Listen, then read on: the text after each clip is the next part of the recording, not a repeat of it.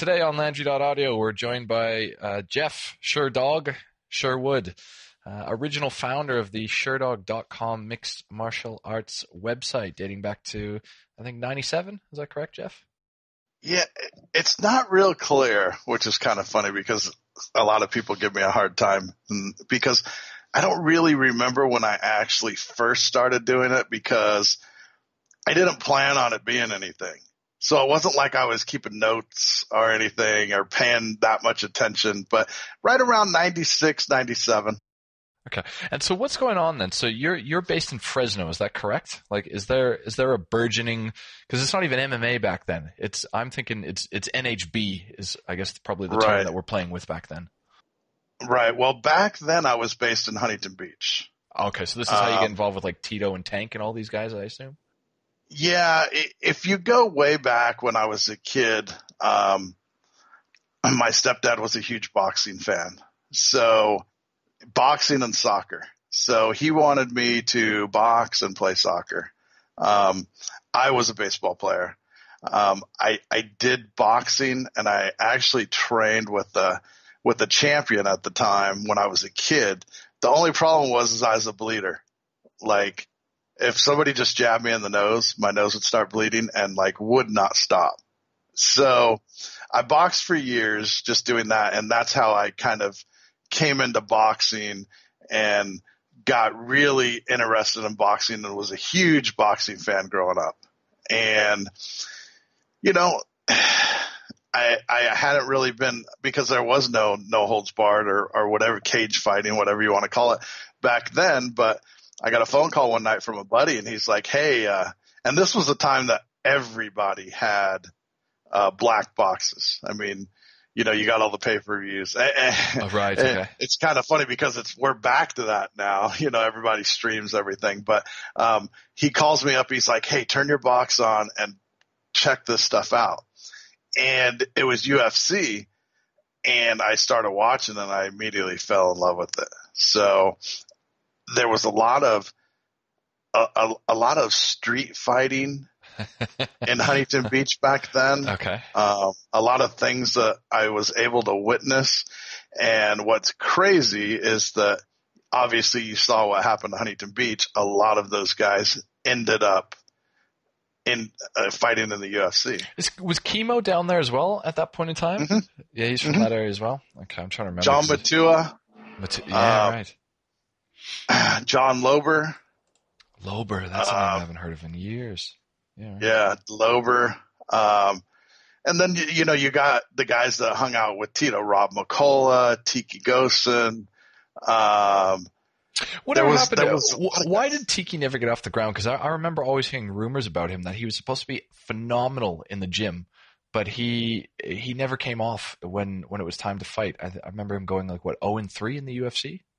Yeah, he was phenomenal everywhere except the UFC cage. I don't know why. I don't know. He just could not seem to win in the UFC. But when he fought outside of the UFC, he was great.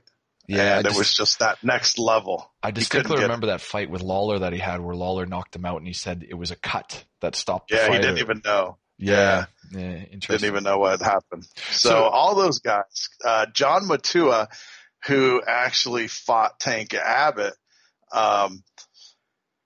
his first fight in the UFC was a bouncer in a nearby town, and they had run-ins and stuff before. And then Joe Son was from down there. I don't know if you remember him and the whole story about him. That's a hell of a story in the post-career and all that. I remember watching, even over here, they made one of those, those true crime stories on just how heinous he was as a person. Yeah. Yeah, he was nuts. So yeah, there was a lot of people, a lot of things, and Quentin Jackson came down. Jason Mayhem Miller moved to Huntington. I mean, it was everywhere. But the thing is that people used to just fight downtown. Like, I mean, it wasn't like these days. It wasn't like you got in a fight with somebody and you were worried about them pulling a knife or a gun. You just fought.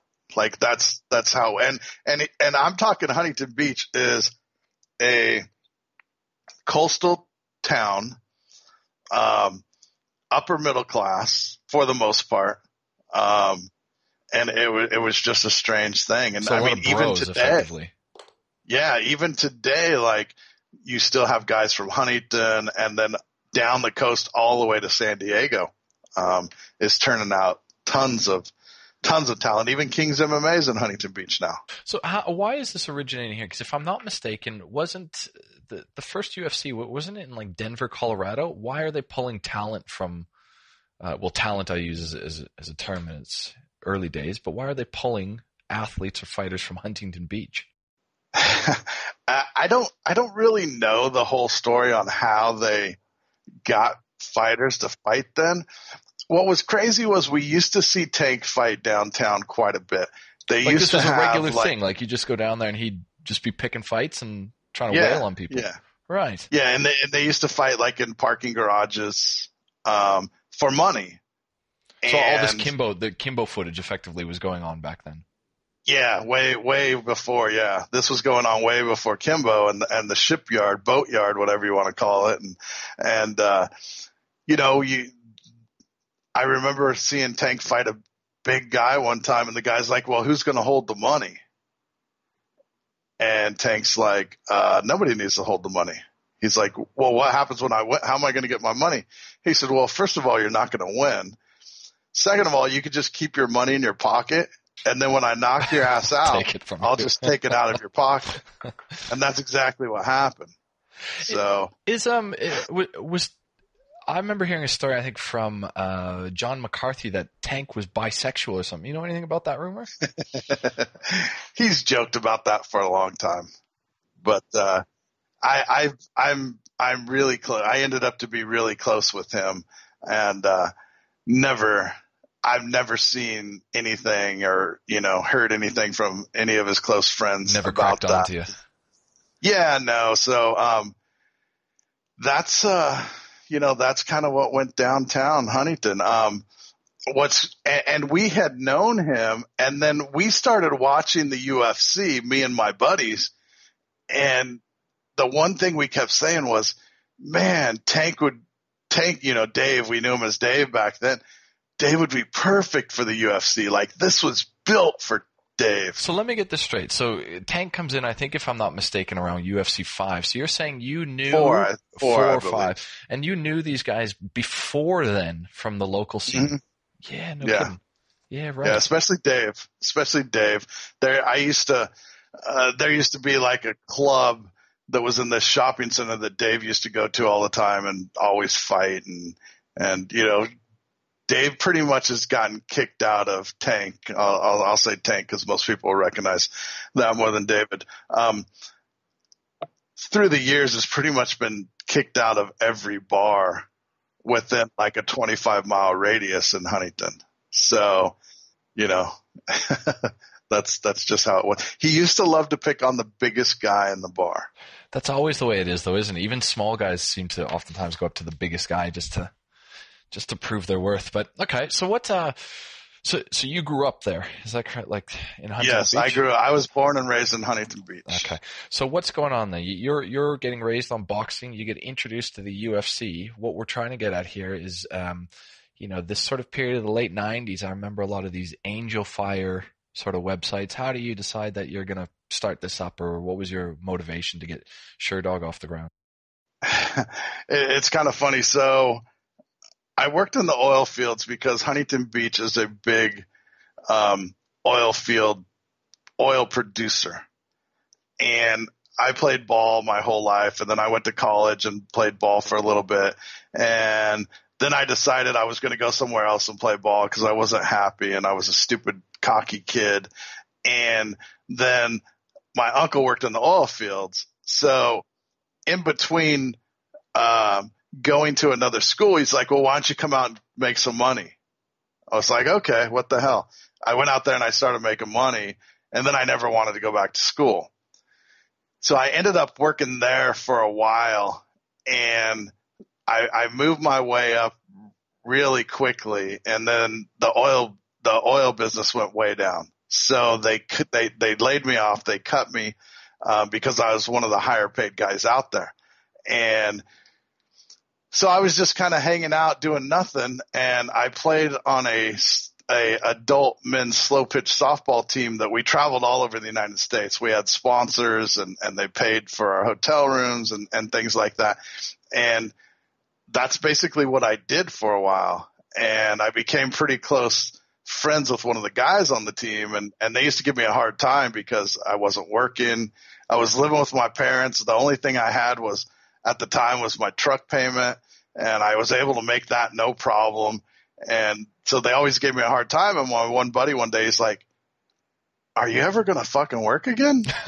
And I was like, maybe. I mean, I don't know. I haven't really thought about it. I'm still kind of, living the life and just kind of hanging out. And he said, "Well, I got a job. It probably lasts like 3 months. You willing to do it?" And I was like, "Well, what is it?" And he's like, "It's some computer work." He worked for, actually at the time, McDonnell Douglas, which Boeing ended up buying out, and it became Boeing. So I was like, yeah, I mean, I don't know a whole lot about computers. I never even owned a computer up until this point. And he's like, "All right, well, come down this Saturday and we'll do like a makeshift interview, and I'll hire you, and then you'll come into work on Monday and I'll show you what we need to do. And if you don't like it, you could just quit. No big deal, whatever."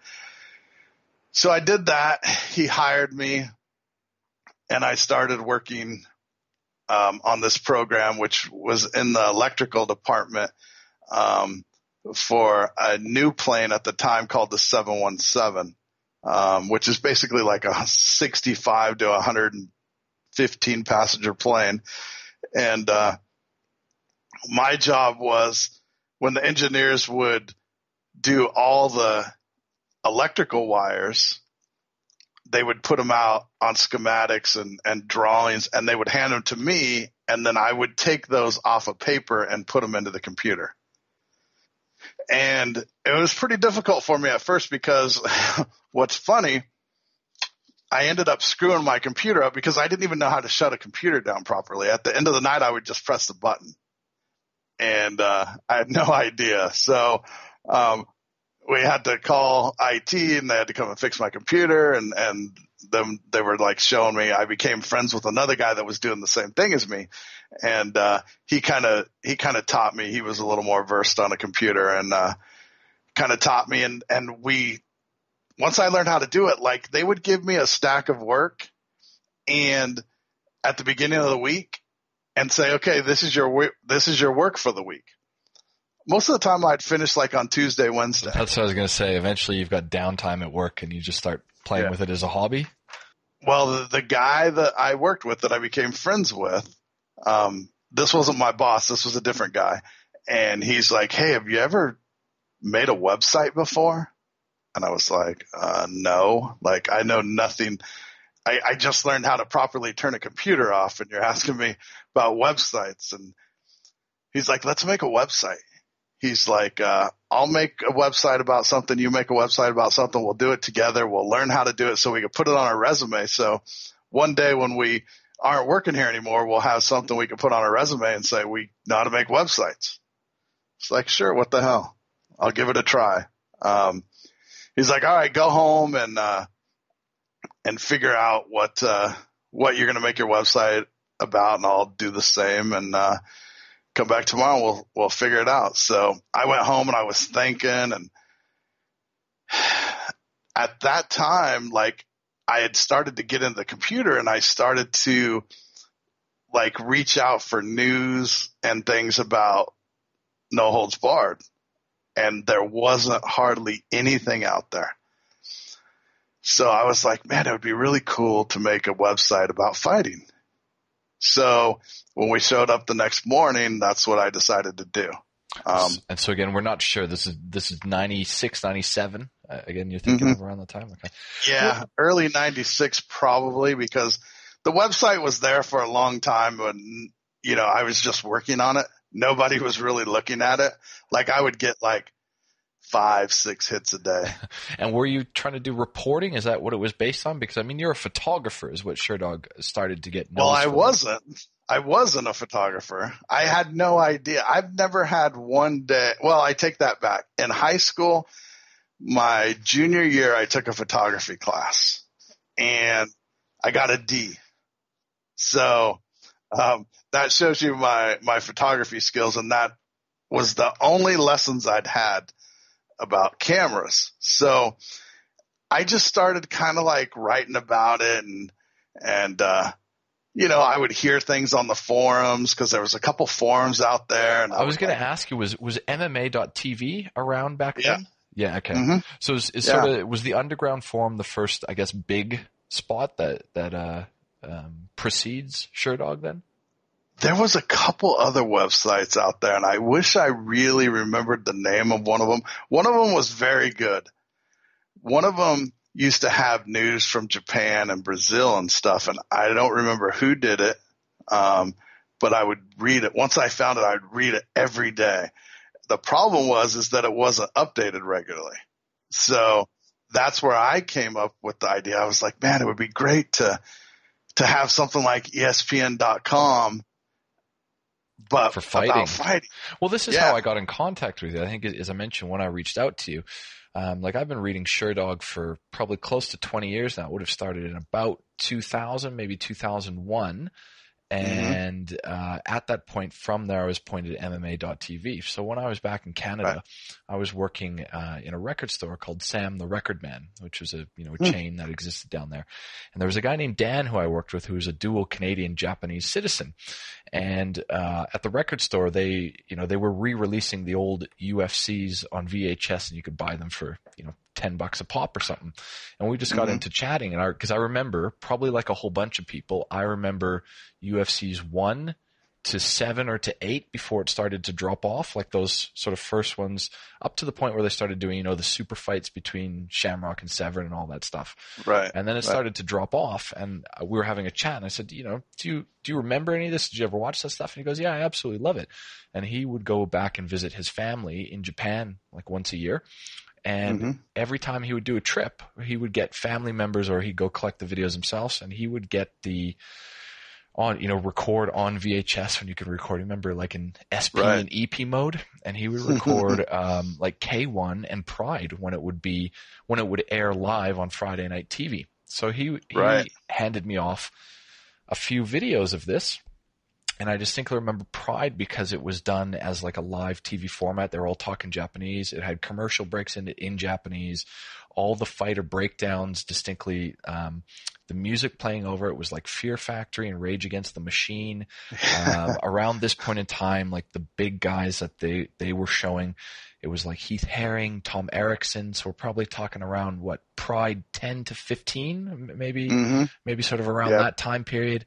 The K1 footage is Jerome LeBanner, Peter Ertz. So we're really talking about that sort of when it was great. Yeah. That was the best. K1 back then, when they used to have the big tournaments with all those guys, and the early days of Shudo were, in my opinion, were the best times for mixed martial arts, fight wise and entertainment wise. I loved Shudo. My favorite event was Shudo. And why? Yeah, it's crazy because a lot of people who are going to listen to this, like it's going to be a foreign language to some of these people. What made Shudo different? It was so fast paced compared to a lot of the UFCs. The fighters seemed to be more skilled, a lot more submissions. The fighters had heart, like not the, fighters in the UFC didn't have heart, but like, it's like the Bushido series of Pride. More. Yes. Yeah. Yes. It meant more to them. Like when they lost, they were devastated. But that still seems to be the case. It seems like in the Japanese promotions, it's still very grappling centric. Like MMA, it is really about the ground game still. Do you think, or do you know a lot about that, of why why it hasn't adapted to the stand up the way that it has in the Western world? Yeah, I don't know. I think they appreciate art more. They appreciate, the finer things. They don't want to, not that they hate, brawls and people standing up beating each other's face in, but they appreciate it. When I used to go to a Pride and two fighters would be in the ring, and we're talking 60,000 fans in an arena, it was so quiet you could hear the cornerman. Mm. I remember those early ones. It was early just ones, a different world. Those very, very early ones before, it would be silence in there. And I remember they'd have to, by the time that, when you could finally buy the DVDs, and I actually bought them. I completely forgot about that. I bought the Pride DVD set through you guys at Sherdog when it would have been 2002, 2003, you could buy Pride 1 through 20 in one massive box set. And I got that from you guys. I remember it showed up around Christmas, and on my doorstep, I just had this massive box. And for about 3 days straight, I just went through them from 1 to 20, this was still at the time when the event would happen, and 2 months later, Boss and Quadros would overdub the commentary over the top of it. Yeah. And that's really where I got into all this stuff and where I was finding about I completely forgot that I got that from you guys many, many years ago. That was a huge time when we had that special going. We used to sell between 50 and 75 packages a day, every day. And I did that myself. Back in the day, I packaged every package myself, put them in the back of my pickup, took them to the post office every day myself. Because if I'm not mistaken, I think you had the option of buying 1 through 10 and then 11 through 15 and 15 through 20, or you could buy them all as just one entire set. If I'm right. Something along those lines. Yeah. I remember watching all that stuff over Christmas, going through it all fast. Yeah. And we totally skipped over the time when back on the UG days, like UG Angel, really before DVDs. Oh shit. You have to tell me about massive tape trading. You have to tell me what the hell Diet Butcher means. On what's his face's shorts who used to fight? Yeah, was that a Stuckus shorts? I think. Yeah, I don't know, to be honest with you. I never asked anyone that question, but I believe that's who was on. I believe that's who used to wear that. I don't know. It was probably some sponsor, to be honest with you. I don't know if it meant anything, but so there was massive tape trading, because it was so hard to get footage back in the day. And there were people just trading tapes. Like if you had something that somebody else didn't have, you would just trade like you were trading anything. Okay, I'll give you this tape. You mail it to me, and I you give me remember guys this tape. doing that on the underground forums. Mm-hmm. Yeah, I remember that. Yeah, that's right. Yeah. That's how we used to get to watch most of the events that were, regional shows back in the day. That was the only way. And even early prides, like that's the way you got to see that stuff. Fortunately for me, a little while down the way when DVDs kind of started to come out, and there was still mostly VHSs, a guy from Japan sent me an email, and he's like, hey, do you get to see all the prides and Shudos and rings and pancreas and stuff like that? And I was like, well, sometimes, I try and get them. It's kind of hard to get them or whatever. And he's like, give me your address and I'll take care of you.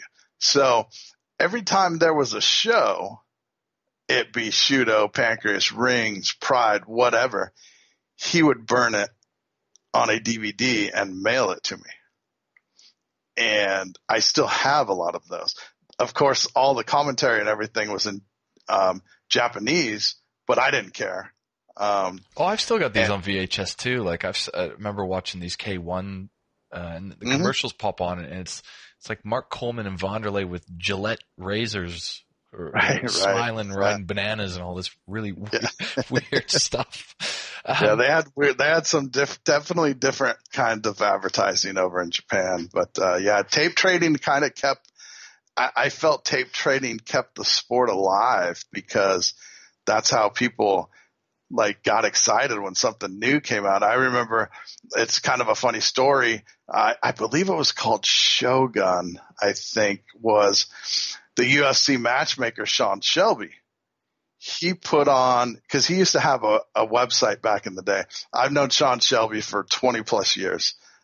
So he's replaced Joe Silva, is that correct? Yes. Okay. Yeah. And he was there when Joe was there too. He was kind of Joe's right-hand man.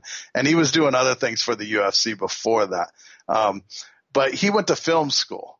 So he was like into kind of making documentaries. And then him and his wife had a show in Hawaii once and had a lot of great Hawaiian fighters. And they never Rumble on put the it Rock, out. though, isn't that? No, Is that what we're getting? No, okay. This was even before then. Right, and, okay. You could find the VHS, and I don't know how, it got out, but it had because they were going to dub it later with the commentary. So everyone was watching the show with no commentary. It was just the fights. And that was like the only way. They like never released it. That was the only way you can watch that, is with no commentary. And that tape was being traded. Everything was being traded. And it was crazy. You know, hook and shoots, everything. That, yeah. So take us back through the early points in time. When we start talking about the early UFCs, who are the guys on the scene? So, you know, John McCarthy's in there from like UFC 2. Art Davies there originally. The Gracies are associated with it. You know, who's around that scene before sort of the Dana White Zuffa era? And, you know, when do guys like Monty Cox start entering it and identifying that there's some cash to be made out of this? Yeah, Campbell McLaren, who runs Combate now, was involved in it. And Art Davie, like you said, John Peretti That's right. was like Dana White. He went off Dana to Extreme White. Fighting, isn't that what he? Yes. Right. Yeah. Yeah. And, you know, those were the guys. Monty Cox, you know, started to bring his team in, into the UFCs, and he became a powerhouse manager where, like, at one time, like, if you fought for Monty, because Monty was running Extreme Challenge himself, in the Midwest. I can sense you sort of smiling in the background, like there's quite a lot to tell about Monty in this scene.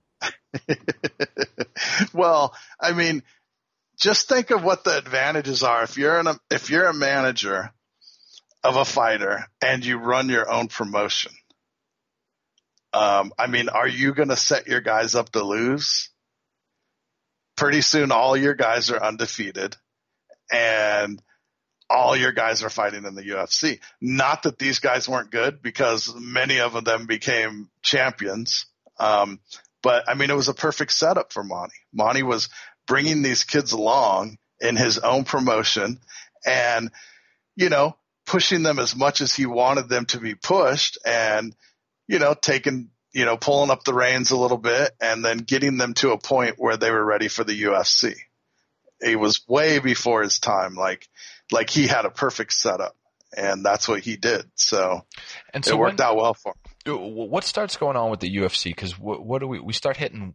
Are we talking about sort of UFC 9 or 10, where we start having the pay TV blackout and we start getting guys like John McCain involved? And because for a lot of the people, they don't really understand the roots of it, and it goes offline. It barely survives, but out of it comes. And then, as you said, you get guys like Monty and Dana who identify that this is something. There's money to be made of it.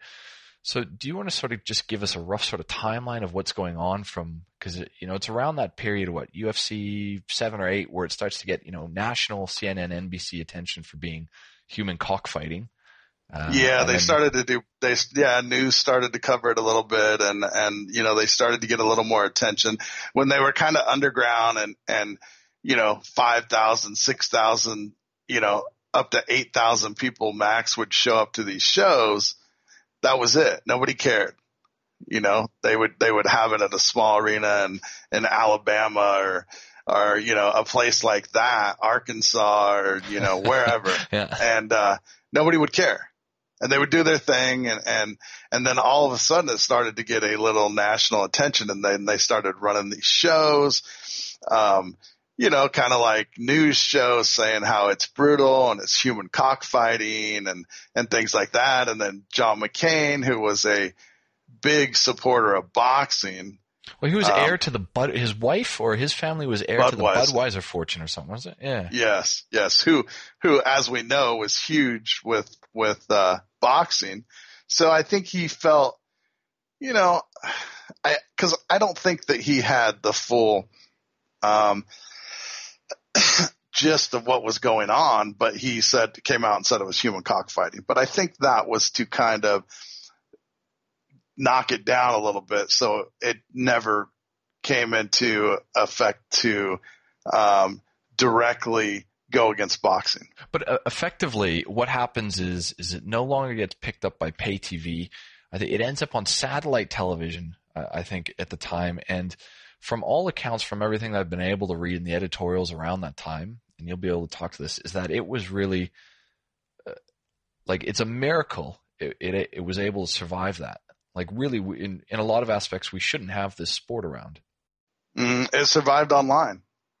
It basically survived online through a handful of websites, the underground. It survived online, and it made it's really strange. And, obviously I wasn't around when football was first starting or baseball was starting, but the way that MMA is everybody kind of felt like a family. They felt that MMA, they were a part of MMA. And I think for the most part, people wanted to keep it small like that. Because they felt like it was theirs. And they lived online. Like back in the day on the underground, you could go there and fighters were logged in all the time. You could ask them questions. Futa One on Underground. There's still like a 30,000 page thread of people trying to talk to Tito on the Underground. Yeah, there was a lot of guys, Gary Goodridge used to go on. Everyone used to go on there back in the day. Ensign Inoue was on there all the time as well, I remember. Ensign was, a lot of guys. And then, the fans scared him off after a while because the sport started getting bigger, and how some people are on forums, and the fighters just didn't want to deal with it anymore. But back in the day, you could log into the Underground and basically ask Ensign or Gary Goodridge a question, and by the end of the night, they would log on and answer you. I remember there was a kid who approached Ensign and said, I'm coming to Japan or something. Can I come and train with you?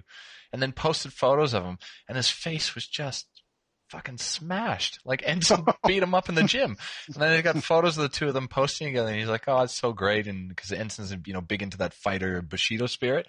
I was like, I think he just kicked the shit out of a kid who doesn't know how to spar. But anyway. So, yeah, it was, the fighters were real approachable. That was another thing that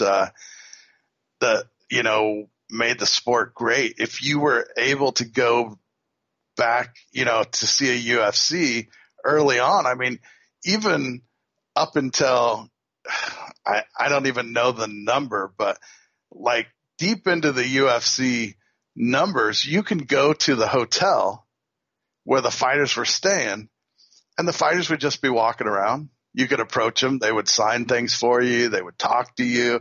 You can't do that in Major League Baseball, NFL, any of the main sports.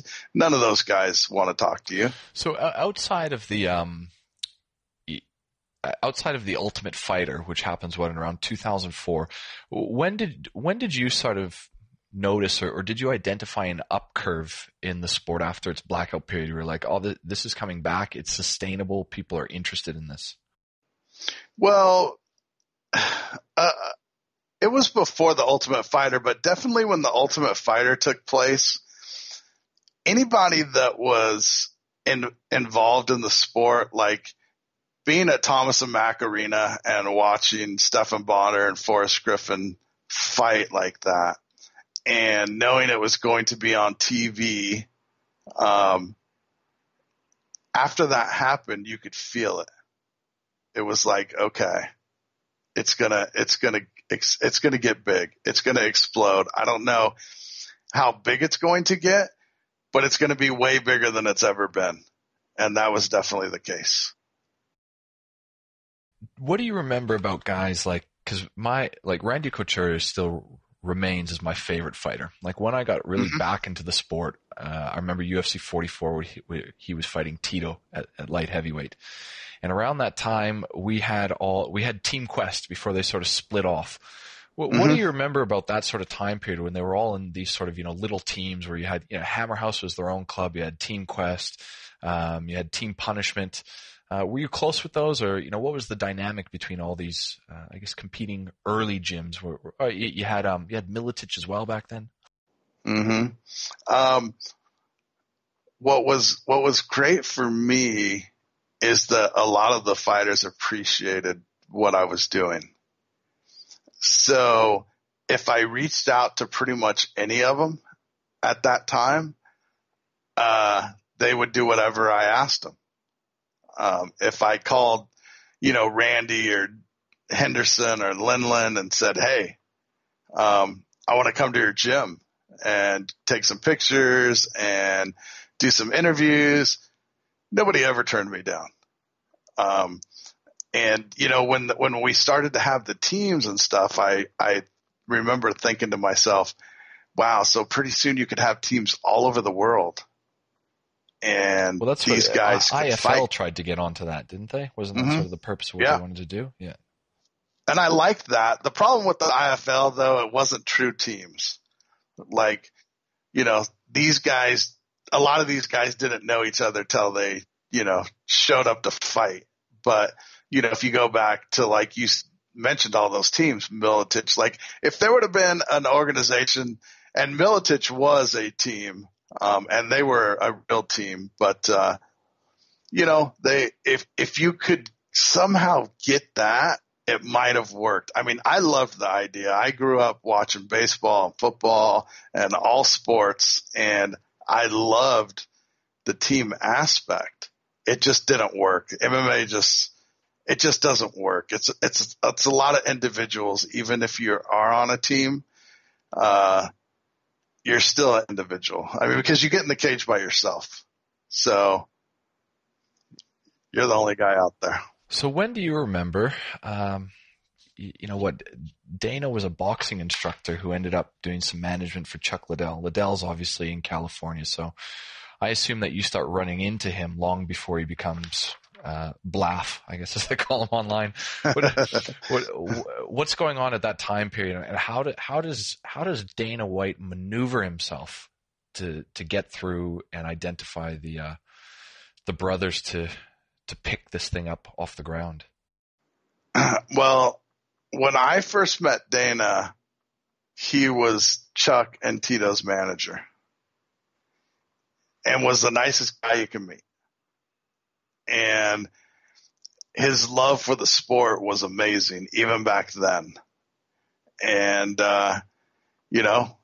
always took a phone call, always sat down and talked, introduced me to Tito and Chuck. And, he just seemed like a really, really, fan more than a fan, but also in a position to build the sport, being a manager. And then later on, he was buddies with the Fertitta brothers, and they ended up, seeing each other in Vegas somehow. And that was the time that the UFC was hurting a little bit, and they were interested in it. And they started training with John Lewis because they wanted to, Lorenzo was into boxing. He was on the commission and things like that. And they meet Dana through that scene then. Well, they had met Dana before that. So they decided they wanted to train with John Lewis to learn how to fight on the ground and just kind of learn more about the sport because they fell in love with it. And then during that time was when the UFC was hurting and big time debt, and Dana was able to talk the Fertitta brothers into basically putting the money up and buying the UFC and letting Dana run it. Do you know anything about that? Because I'm sure guys like that are less concerned about the money, and they go, well, let's hand this off to someone who's passionate, is going to run it well. is it just the case of being the right guy at the right time? Well, the Fertitta brothers aren't dumb. Very smart. They had tons of money. They owned the station casinos. They had money and smarts and business smarts. And I think it was just that Dana was so passionate. Because I honestly think that there were certain times that if Dana wasn't the person running it, we might not have MMA right now. Yeah, it's funny when outside of, I guess, whoever he is now as a person, it's always interesting when they talk about after an event ends. And it seems like every event these days, every event is on the wire of being completely canceled half the time because, fighter dropouts, or up until a few years ago of, battling athletic commissions and all these issues. It's, I certainly admire what he's done for the sport. And I think he's absolutely right to be on the front foot of trying to cut down other competition for how long it's taken the UFC to become legitimized for a lot of other areas. What about guys like Rogan? Rogan's pretty interesting to me only because he is pretty, like, now currently where he stands with his podcast, he is effectively one of the most famous people on the globe at the moment. He uploads a podcast and it'll get like 20 million hits where he's talking to the who's who in the world right now. And I still have a copy of, I think it's UFC 13 on VHS with a Blockbuster sticker on it that says, "Please be kind, rewind," where he's hanging out backstage in a dressing room, interviewing these guys wearing his, all access lanyard. Did you have a lot of interaction with him sort of coming up through that scene? I did. Joe was always a very cool guy. He was a comedian actor before that. When I first met Joe, I didn't know who he was. I believe the show he was on called The Man Show. Oh, you didn't watch News Radio? News Radio was an amazing program.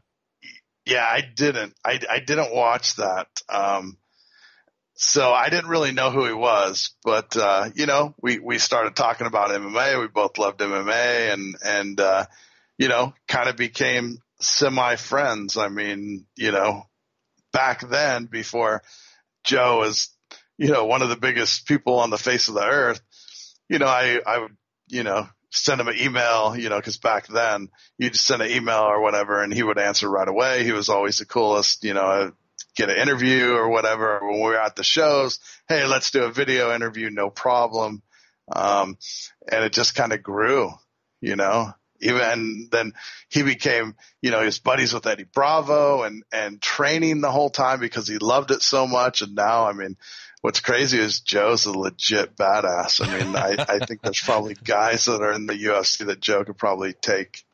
Well, when we talk about sort of moments in time, we can talk about Dana and Tito trying to have a boxing fight, but what stands out to me is the rumor that was going around that Joe Rogan was going to fight Wesley Snipes. Wesley Snipes, yeah. It sounds ridiculous to me. Joe wanted that.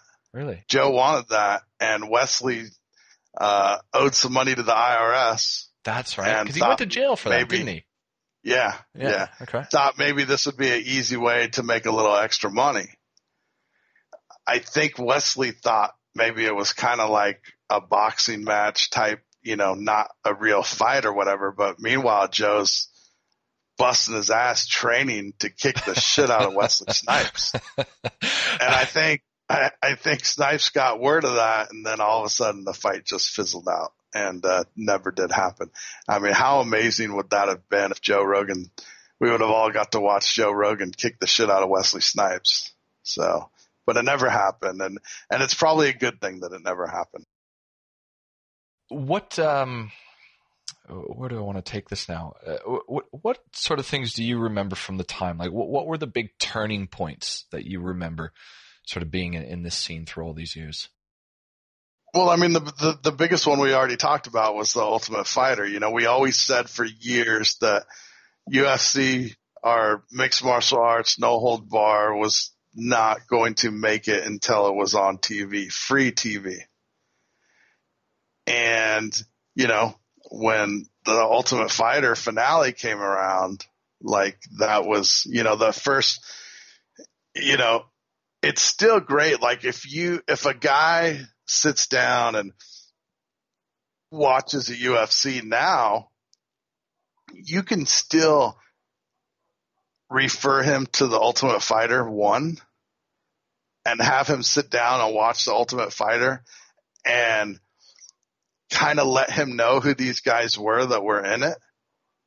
And I think their love for the sport would be 10 times more than it was, just curiosity before that, to see how they did things like that. Obviously, the Ultimate Fighter has played its time where nobody watches Ultimate Fighter anymore. But you could still go back and watch the Ultimate Fighter 1 and see how amazing and how they were kind of playing that on the fly because they didn't even know what they were doing. And how it all worked out in the end was just amazing. It's an amazing story. That is probably the biggest moment in mixed martial arts when they were able to pull that off, and to have Stephan Bonner and Forrest Griffin have an amazing fight like that, and everyone that was watching it just fell in love with the sport. So I'll use that as a segue to steroid doping and USADA these days. One of the things that amongst many, many other fighters, and I'm sure you can give me some insights into this, but what surprised me about Bonner is Bonner got that catchweight fight with Anderson Silva and then popped, which was quite surprising to me. What do you sort of know about the scene, and is juicing really as common as it's being made out to be, and as USADA keeping the sport clean the way that it should be? I wouldn't say keeping it clean. I still think there's plenty of people out there that still do things. When somebody gets caught, it doesn't surprise me at all. Would you say that everyone that's getting caught, though, because everyone seems to have an excuse. So John Jones' tainted supplements. Anderson Silva said it was erection pills. Right. I don't know a lot about it, but is it pretty safe to assume that if they've been caught with it in their system, they're really guilty of taking performance-enhancing drugs? For the most part. Yeah. Okay. I mean, there might be 1 out of 100. Steroids used to run rampant back in the day. There was never talk of steroids in Pride. Because it was just there, though. Almost like they encouraged it. Well, that's what I'm told that they would do. But even years ago, I remember reading a story on Sherdog that it was, and I think you guys were looking at the effects of steroids of people who had tested positive for it in their win-loss record. And people that had been busted for steroids were still showing up at sub 500 in the win category, demonstrating that it wasn't actually producing positive results for the people that had been caught using. Well, I think a lot of times that at that point, everyone was using. Okay. Well, let's talk about that then. Take us back to these Pride times then. So what's, Pride decides to form. We've got, I think Pride 1, we're looking at like Nobuhita Takada and Hickson at this point in time. Do you know much about this? Because this comes out of Shudo and Pancrase. Why does Pride form? Japanese people loved competition, loved martial arts, loved pro wrestling, and a lot of the people involved came from pro wrestling backgrounds. So it was kind of it was just a perfect fit. Yeah, because you mentioned Yoji Anjo before, and I don't remember. I just remember him getting his ass kicked in every fight that he showed up for. So what happened? Because I remember the first few events aren't televised, but it doesn't take long for Pride to get a TV deal. And I think by about Pride 7 is when they move up to like Saitama, and it just looks huge after the comparison between the first few Pride events from like Pride onwards. It seems like a massive step up. Do you remember the scene or how quickly that organization grows over there? Well, I mean, I don't think we totally took it in. at the time because we were kind of surviving on VHS tapes and just kind of craving the competition and what was going on here. I didn't really get the full scale of Pride until I was able to go there. Okay. Did you do a lot of trips over there? I did. I don't remember how many. And what's crazy is I don't even remember the first one. But I went there somewhere between 8 and 12 times. Now, for people listening who don't know this, because again, at this scene, even when I remember talking to people when I was still living in Canada, UFC was so second tier compared to Pride to the people I would speak with. Is that it's pretty fair to say that fans of the sport thought Pride was on another planet compared to what the UFC was doing at the time? Yeah, I don't know why. I don't totally get that, because Pride had a lot of pro wrestling involved. And I mean, even some of the greatest Pride shows would have some great fights, but would have like one or two fights that were basically built for the Japanese crowd that would be like two pro wrestlers fighting for real. Yeah. And that didn't appeal to me. Do you remember there being a lot of fixed matches? Because we know that there were fixed matches, but like Coleman, Takada, I remember from Pride 3, maybe 2 or 3, with that really terrible heel hook. But then they said that this carried on for a long time afterwards. But there were not a lot of any fights beyond that I could distinctly identify as works. Mm-hmm. I don't know so much that they were works. I don't know what to call them. I think there were fights that one of the fighters knew that he was to lose. Okay. And the other fighter wasn't even involved in that. It was a normal, real fight for him. Okay. And that's how I think most of the things in Pride went down. And I know a lot of that went down in the early Pancrase and things like that, where only one guy knew. So are there fighters that ended up getting built up records because of this? Like, is there any more insights that you can provide? I don't think it was so much to build up people. Not record wise, but maybe character wise. Marketability wise, because obviously you can market a guy that beats the shit out of everyone. If he beats the shit out of 3 guys in a row, people take notice and you're like, oh man, this guy's a badass. No matter who he's beating up. If he's a pro wrestler from Japan that's never had an MMA fight before, but he's kicking the shit out of him and doing a bunch of crazy things, you're like, oh my gosh, that guy's amazing. So, it works out pretty easy. And when we start going back through this time period, like there are certain athletes in certain periods in time. Like I remember the hype when Boss came into the UFC, and I remember that he was supposed to fight Couture, and Couture walked away from the UFC. I remember the Sakuraba years as the Gracie Hunter. Couture's sort of revival before his initial retirement at light heavyweight, then Liddell when the sport broke.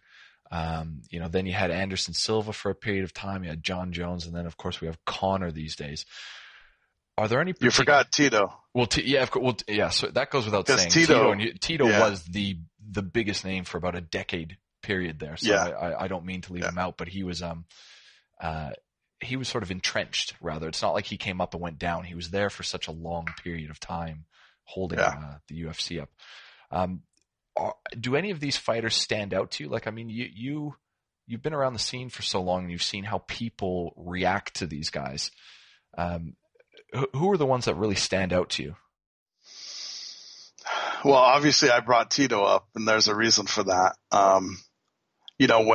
When I was selling VHSs and DVDs at Sherdog, no DVD sold better than if Tito was on it.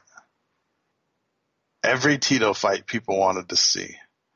And what's crazy when you think about it these days is a lot of guys that fight like Tito, the fans of today aren't even really interested in watching them. Well, he was a grinder. Even when you go back and watch his, like outside of fights like with Evan Tanner where he just sort of picks him up and slams him, a lot of these are, 2 to 3 round fights where it's just a double leg takedown to sitting in their guard and elbowing them. Mm-hmm. It's a really grinding way that, as you said, it's not viewer friendly in a lot of ways. Right. Same with Matt Hughes. Hughes, yeah, absolutely. But people didn't really complain about that back in the day.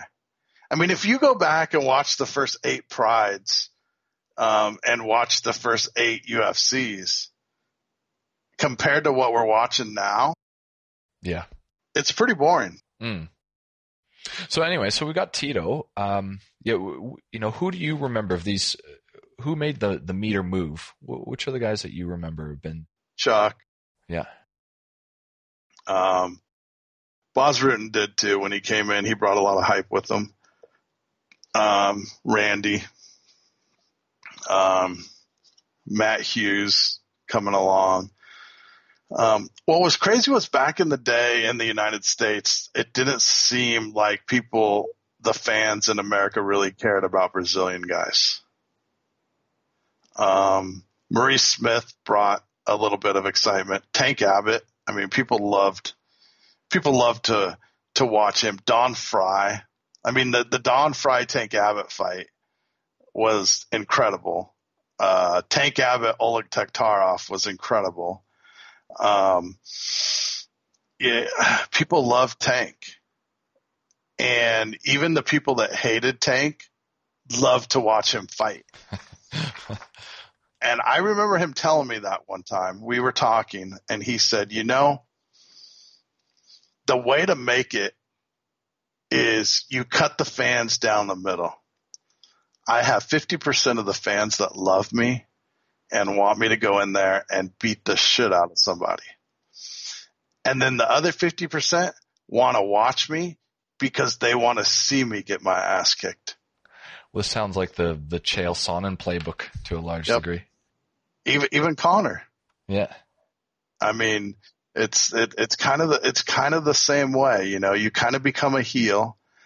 And Tank was Tank was smart. Everybody thinks Tank is this, drunk street brawler. Tank's a college graduate and he majored in history. And also studied a lot of business.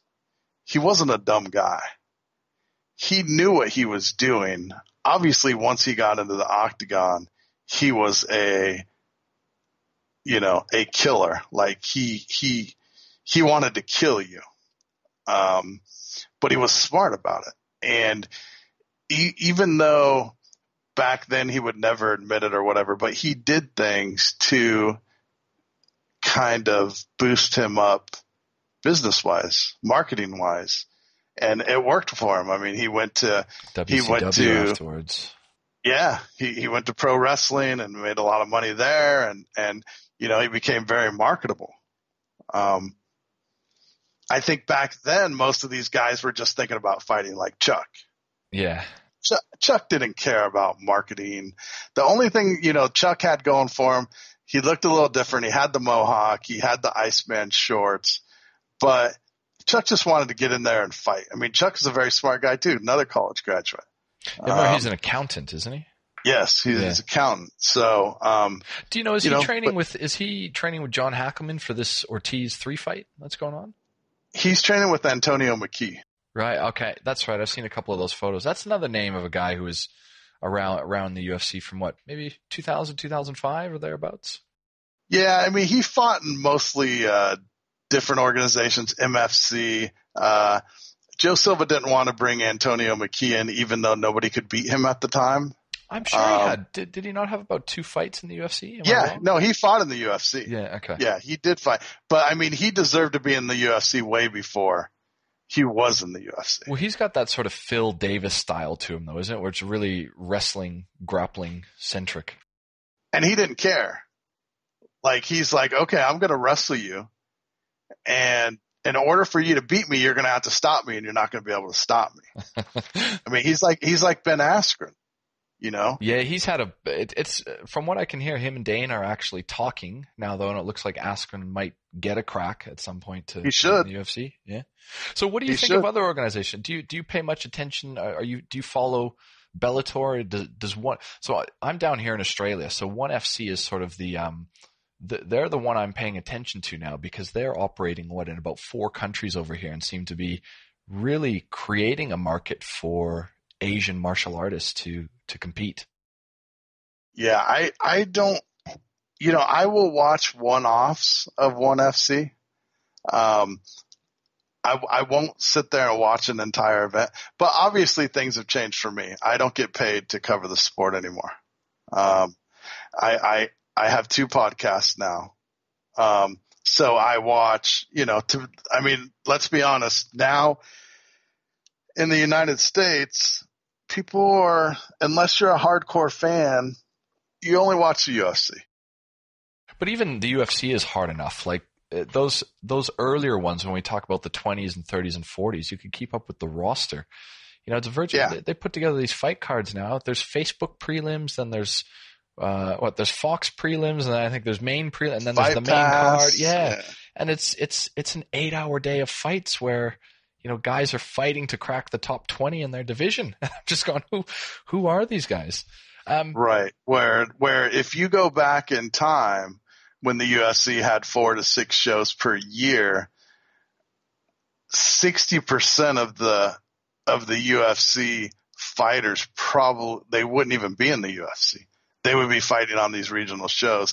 That's why we're seeing a lot of the bigger regional shows go away, like WEC. Obviously, we know UFC bought them, but there's a lot of other shows. King of the Cage. You look at some of the old King of the Cage shows, and the fighters that were on there were all UFC guys, but they were fighting on an Indian casino. For King of the Cage. Even here where I live now in the Central Valley, you have the Palace, the Tachi Palace here, where the early WECs, these guys were, Uriah Faber. You had all these guys fighting out here at these small shows. And obviously some of these guys that are fighting on these other small regional shows in other places, some of them do make it. Because, it's a numbers thing, and the UFC is taking so many fighters. Like, now you'll see a fighter fighting on a prelim Fight Pass card. What astounds me is when you see the former title holders are now on these. Like, all of a sudden they're throwing, guys like Arlovsky. I remember before he's sort of come back, and you're like, or Pedro Hizzo before he was gone. You're like, why are these throwing these guys out, on Facebook prelims? Yeah. Gray Maynard. At one time, Gray Maynard was, one of the top fighters in his weight class. Beast. Yeah, absolutely. And now he was the second fight of the night the other night on Fight Pass. What have you ever identified? I'll ask you some about your personal favorite fighters and guys that you've seen fall from grace, but are you able to sort of identify a scene or a period in time? Because there's always when a fighter hits, depending upon their weight class, maybe 33, 34, they get that one big loss, and that's when the drop comes. They never come back. They have 6 more fights. They might get a decision out of that. Are there any particular fighters or ones that you sort of distinctly remember sort of falling from grace or worse than others, or where they just really got psychologically beaten?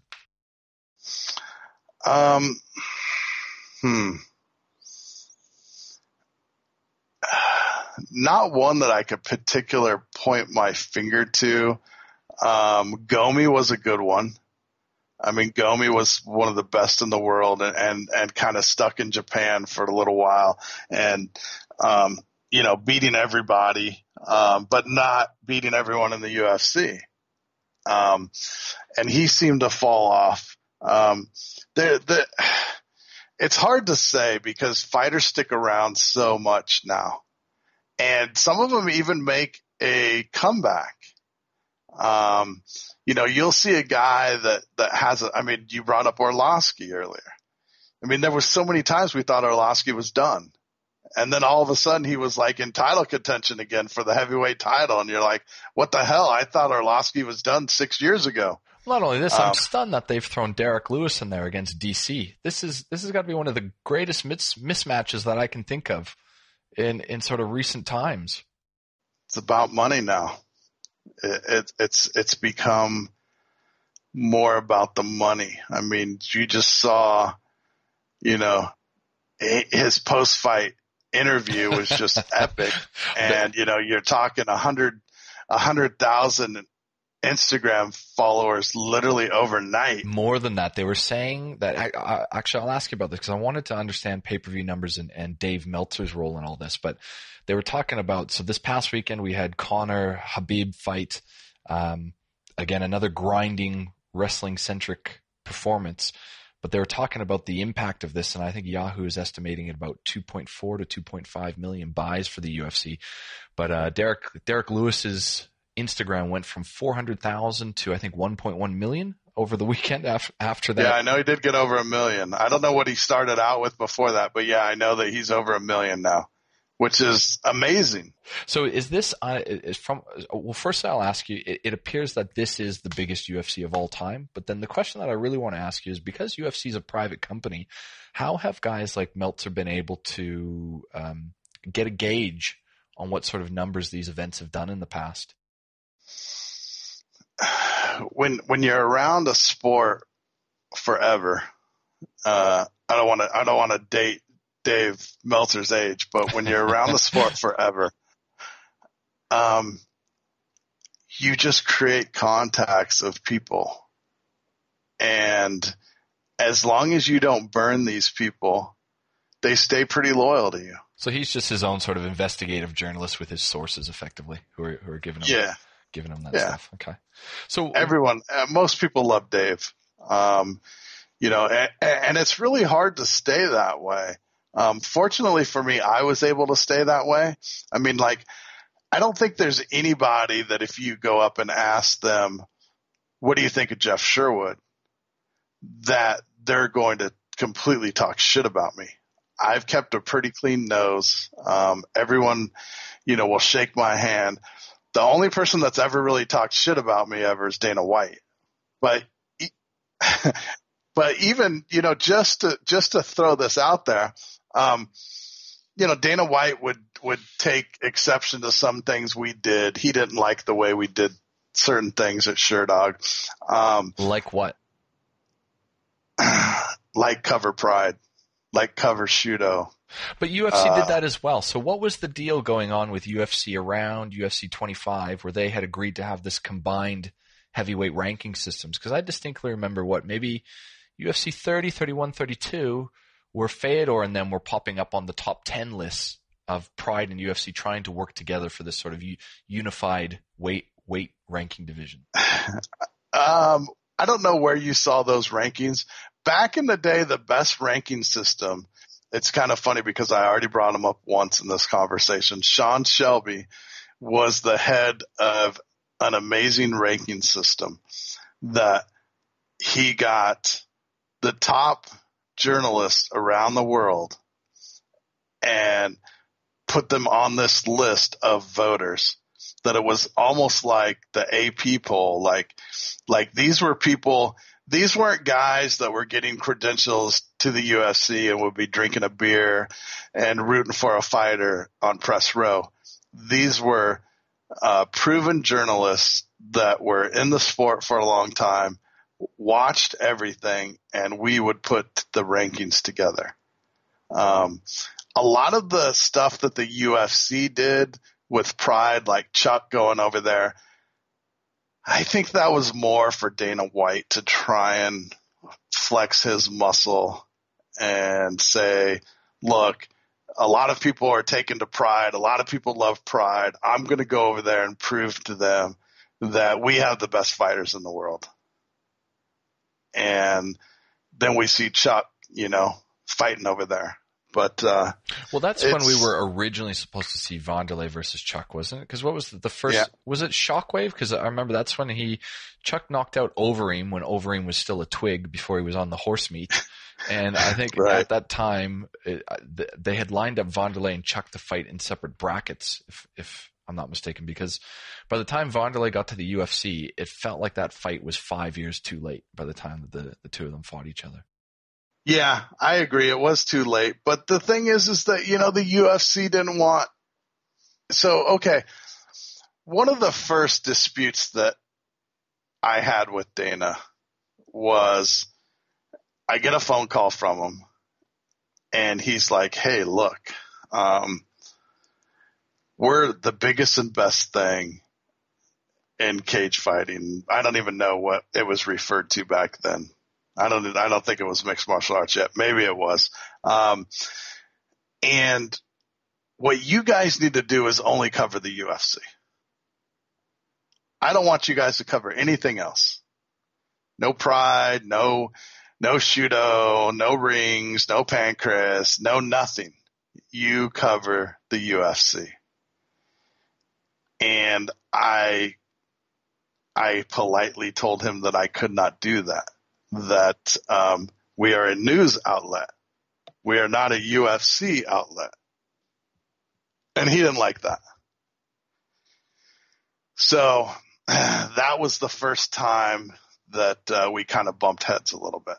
Now this goes on because we talked about this briefly before we put the recorder on, and one of the big early blowups that I remember about Dana White as he was, becoming Bluff was his attack on the investigative journalism of Loretta Hunt and calling her something like some 2-bit lesbian reporter. And I can't even remember what the story was, but I assume that this is sort of in conjunction with what's going on with you at that time. Is this still around Pride? Because, again, at the time, people were comparing the differences and where the UFC should be improving itself and all these other issues.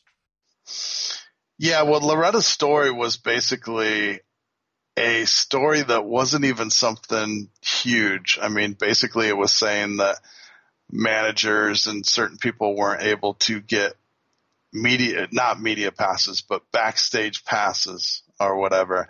And it kind of came out in a roundabout way to say that the UFC wasn't treating certain people very nicely.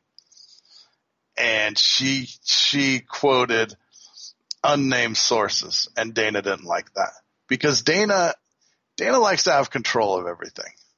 If Dana doesn't have control of something, he doesn't like it. And that was he didn't have control of Sherdog. We did what we wanted to do. We reported, if we got news of something that was a big announcement for the UFC, we reported it. And he hated that. I mean, the UFC used to love to make big announcements during UFCs. They still do to this day. And, we reported that news before some of it took place inside the octagon, and that drove him crazy. And I don't blame him. I mean, but that's not my fault. Like, if we can get the story from somebody, why hold it? It's news, right? We're a news website. If we break a story that is newsworthy, why not put that story on the website? What do you think of the way that the way that the sport is reported on today?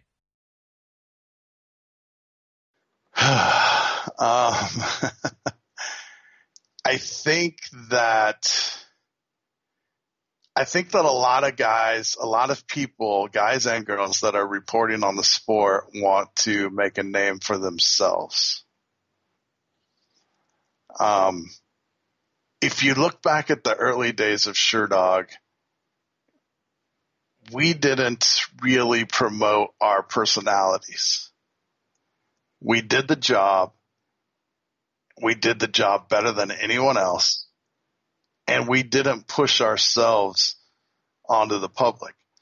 Now, whether that was right or wrong, I don't know. But there's been some reporters that have done very well by doing things like that, by make sure that they're on camera, by, wearing certain things or saying certain catchphrases and things like that. And they've done pretty well. But the reporting has come a long way.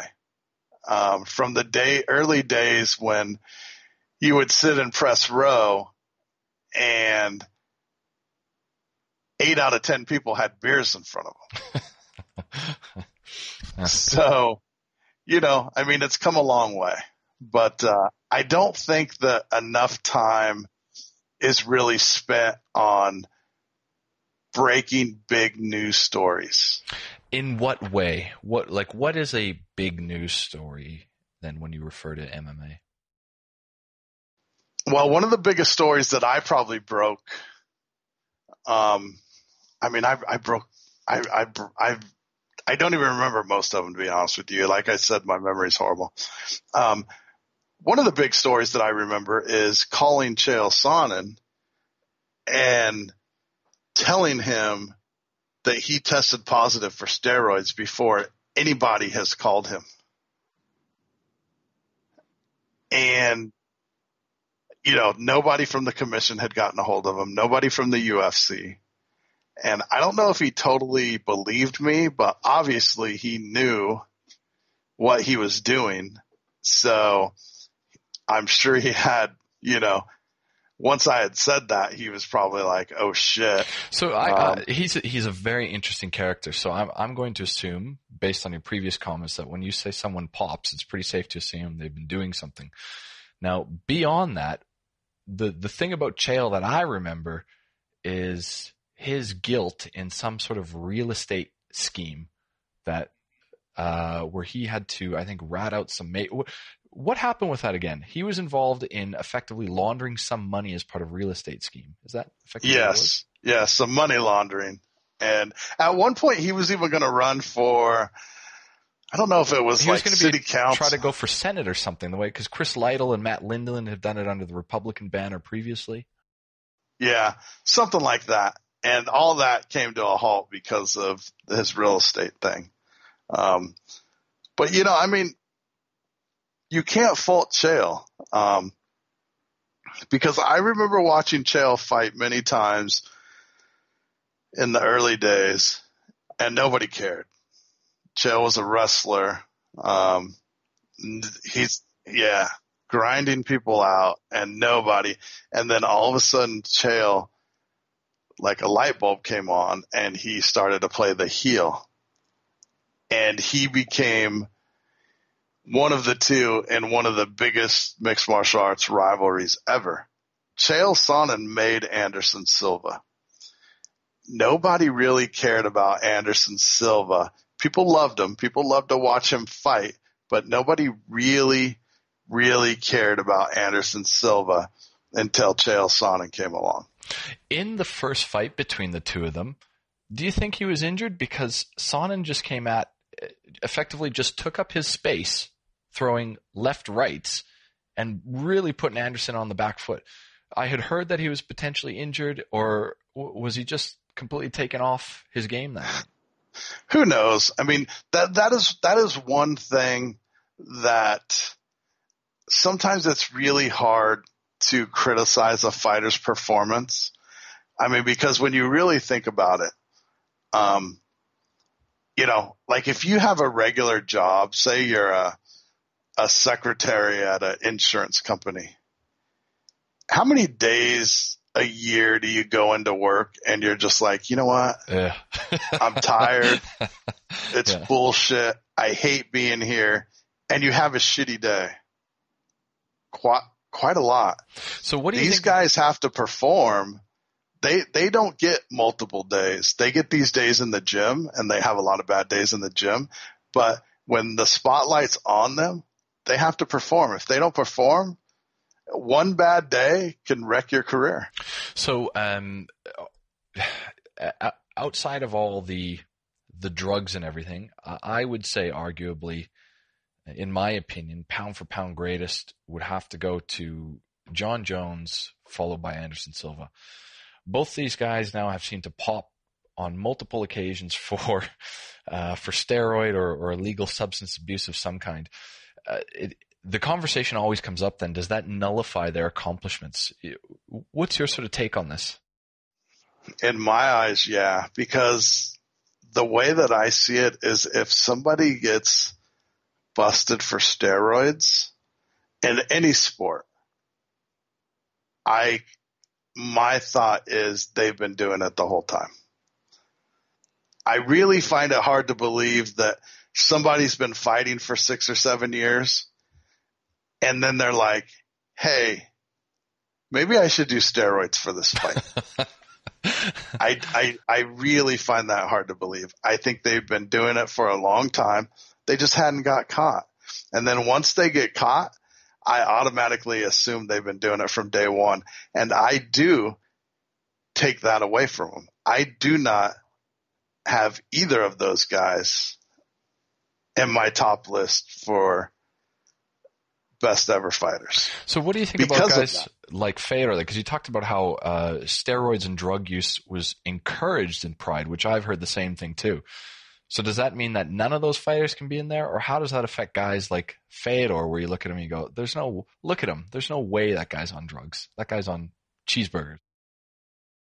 Yeah, I mean, well, here's the thing. In Pride, they weren't testing for steroids. So it's equal. It's an equal playing field then, as far as you're concerned. Yeah, I mean, it's a wash. Do I think Fedor did steroids? I don't.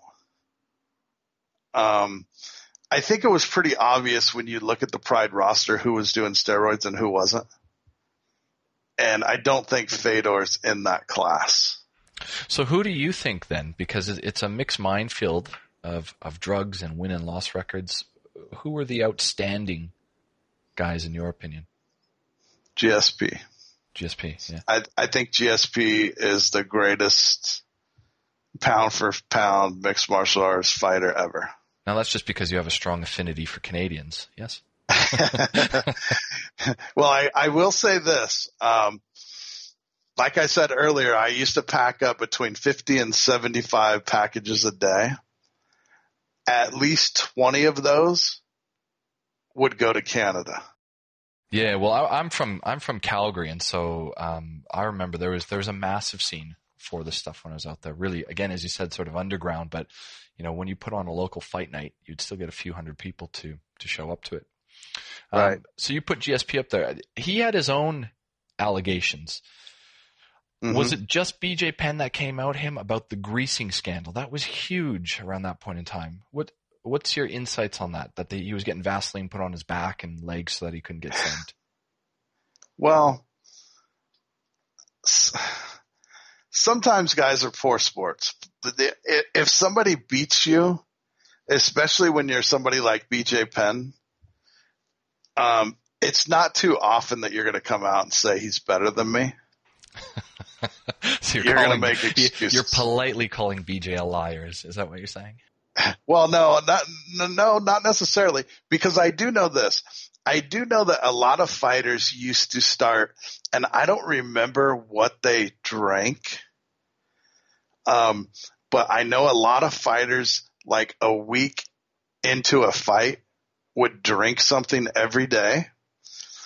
And then when they got into the fight and they started sweating, this stuff would come out of their pores, and it was just like Vaseline, oil, whatever you want to call it. Now, is that cheating or whatever? Well, you couldn't tell. There was no test to test that. I think maybe you could chalk that up as just trying to get away. If you ain't cheating, you ain't trying, right? Do you remember? Okay, so Pride was acknowledged and to have been known to have been run by the Yakuza in Japan. And I've heard different stories of the time period that things could get pretty dubious, from potentially guys not getting paid to getting just cash in a bag to one of the ones I remember more vividly is being told, like, we're going to schedule you for a fight in a couple months' time, but not learning who your opponent was until like 5 days beforehand. The other one that I remember, again, one of the Pride DVDs that I bought in the box set from you guys, is there was a fight that, you remember Murilo Bustamante? Mm-hmm, of course. And Busta had a fight, and all of a sudden it was like he couldn't get out of his corner for the second round, and there was some argument about potentially tainted drinks or things. Do you remember any of this about them, poisoning or trying to get fighters sick in the lead up to the fights? I don't know about that, because when you went to a Pride, everyone pretty much ate the same. Like you would go out for dinner, lunch or whatever and eat whatever you wanted to, but everyone ate breakfast at the same buffet that was at the hotel.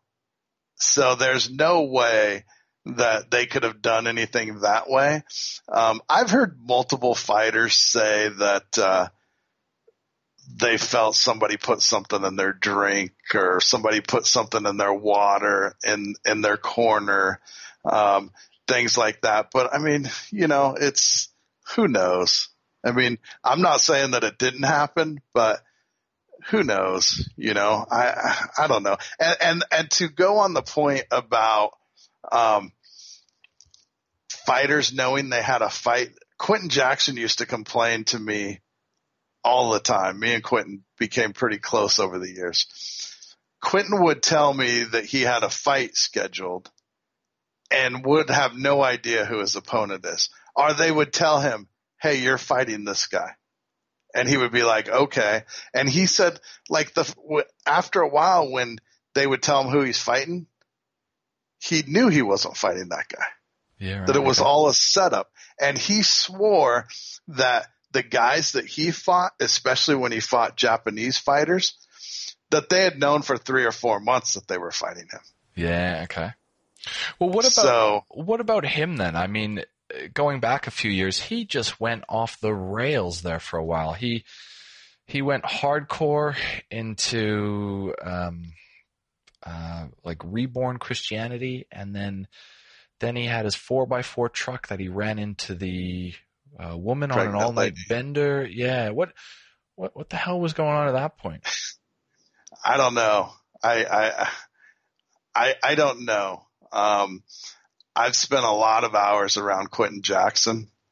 I've never heard or seen of him doing any type of drugs. But I don't know if I believe him saying he drank like 4 rock stars or whatever, yeah. Red Bulls, and it made him flip out and run from the cops and run into a pregnant lady and then be face down in a Newport Beach street with guns pointed at him. I don't know what happened to him there. I know that Quentin is a stressful guy. He stresses other people out, or he gets stressed out. He stresses himself out. Maybe he just had a meltdown. I don't know. There's so many things that happen these days with people, where they kind of lose it every once in a while. And I don't think it was anything drug wise or anything like that. Even way back when, Quentin never even drank. Yeah, right. Okay. So it was really shocking to me that happened. And we never really talked about it. He was real defensive about it, of course. And I understood that, and I respected him for that. And I always figured, because we used to have a lot of conversations, that I know that he told me a lot of things that he didn't want public and a lot of things that he didn't tell other people. And I figured if he ever wanted to talk about it someday, he would bring it up on, in his own time. So I never pushed it. Well, we'll start to wind down, Jeff. I want to ask you about selling off Sherdog. But before we do, with your time in the sport, you talked about how you think GSP is the best athlete. But who do you think, when you look at sort of dominance or someone who's been able to make an impact, you've talked about, Tito and Matt Hughes.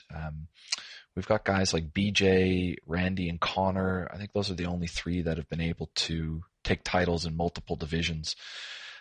Who sort of stands out to you as the guy who's not maybe the greatest athlete like GSP, but someone who's been able to make the biggest statement on the sport? There's a lot of early guys. One guy, I mean, there's 2 guys out there that know, maybe even a lot of guys, or a lot of people that are listening to this show probably didn't even know they fought, and missed out what amazing fighters they were. And that's because it was so early on and they were way before their time. I mean, like if these guys were fighters these days, they would be tops in the world. I hope you're going to say Philip Miller. Do you remember? Yeah, I like Phil. You know him, do you? Yeah, right. Yeah, I know Phil. Yeah, I've seen him fight many times. King of the Cage, Gladiator Challenge. Yeah, I've talked to Phil quite a bit. But Matt Hume. Hume, yeah. Well, Hume's teaching Demetrius and Miletich. Yeah, right. Yes, and Pat Miletich. And then there was a lot of great fighters in Japan that were kind of past their time. So what is it about Hume? Because Hume didn't fight long, and then he became the score person on most of these Pride events for a number of years before opening up the gym. He just seemed to have skills before their time. He was doing things that most people weren't doing at that time. And what about Pat Miletich then? The Miletich camp was so dominant for a period of years. What happened to it? Why do you think it sort of fell apart? Because even if you have a team, this is an individual sport. And as we see with so many great bands, you just can't get along. People drift away. People want to go elsewhere. People think the grass is greener on the other side. People want to be the king of that team. And because Hughes and Robbie went off and formed their own gym. Was that the first split from it? Or Jeremy Horn as well Jeremy Horn, but yeah, it wasn't like Jeremy Horn was malicious or anything. I mean, he just wanted to have his own place and live in Utah. And he was an outsider anyways. He went there. It wasn't like he lived in Iowa and trained there forever. So, Jens Pulver was there. I mean, that was hands down one of the greatest teams ever put together. But I mean, things just run its course. I mean, these guys can't fight forever. This is one of the toughest ways to earn a living that you'll ever find. You get to a point you're running the website. How does the conversation come along to either sell it or buy you out? Well, kind of early on, when I decided to actually buy the domain name. Actually, I bought the domain name Sherdog.com probably for about 2 years before I took the website off of GeoCities. I met a guy online, and he got a hold of me through email. He's like, hey, I make these really cool videos of these fighters, and I put music to them, and I posted one the other day, and people really love it. You want to take a look at one of them, and if you like them, you can throw them on your website. I was like, yeah, sure, because I used to get emails with stuff like that all the time. People, wanted to write. People wanted to do all kinds of things. So I just treated it as just another email. Half the time the people never even came through. So I was just like, yeah, send it to me. I'll take a look at it. He sent it to me, and I watched it, and I was like, this is pretty damn cool. And there wasn't anything else out there like that at the time. So I put it up, and it immediately crashed our servers. Right, okay. From people watching it. And so I followed up with him, and I was like, hey, people really love this, you got any more? He's like, yeah, I can make more. And so he proceeded to make more. And then he started asking me questions about the website. and how I did things. Well, back in the day, the entire Sherdog website was done pure HTML code, no shortcuts. I wrote everything out line by line in HTML code. At work. And when we started talking, I quickly realized that this guy was probably about 1,000 times or more smarter than I was. And he started to ask me questions about how I did things, why I did things this way. And he's like, hey, maybe I could help you. And I was like, sure. I'm getting ready to put my website onto its own domain. Do you know anything about that? And he's like, no, not really, but I could probably figure it out. And I really had no idea at that time. Like I said, I'd had that domain name for a couple of years and never switched it over. He's like, give me a little while, give me a few days. I'll go online, I'll figure it out, and we'll do it. So I was like, okay. So it comes back a couple days later. He's like, all right, I know how to do it. Do you want me to do it? I was like, sure. I mean, this shows you how smart I am, back then. But I mean, it's not like a money making thing at this time. It's not like if it would have went away at that point, no real big harm done. I probably would have just started it again, So I was like, yeah, go for it. And so he did it. And that's when we actually had the real domain name of Sherdog.com. So he started sticking around and had some ideas. And so he was a full-time student at Mississippi State or Mississippi University. And he was literally his major was polymer science. And he was actually, we always make that joke and we think it's kind of funny about, oh, what do you think, you're a rocket scientist? Well, basically that's what he was going to school to do. He graduated from there with his polymer science doctor's degree when he, I believe, was 27 years old. Okay. And now he works for NASA.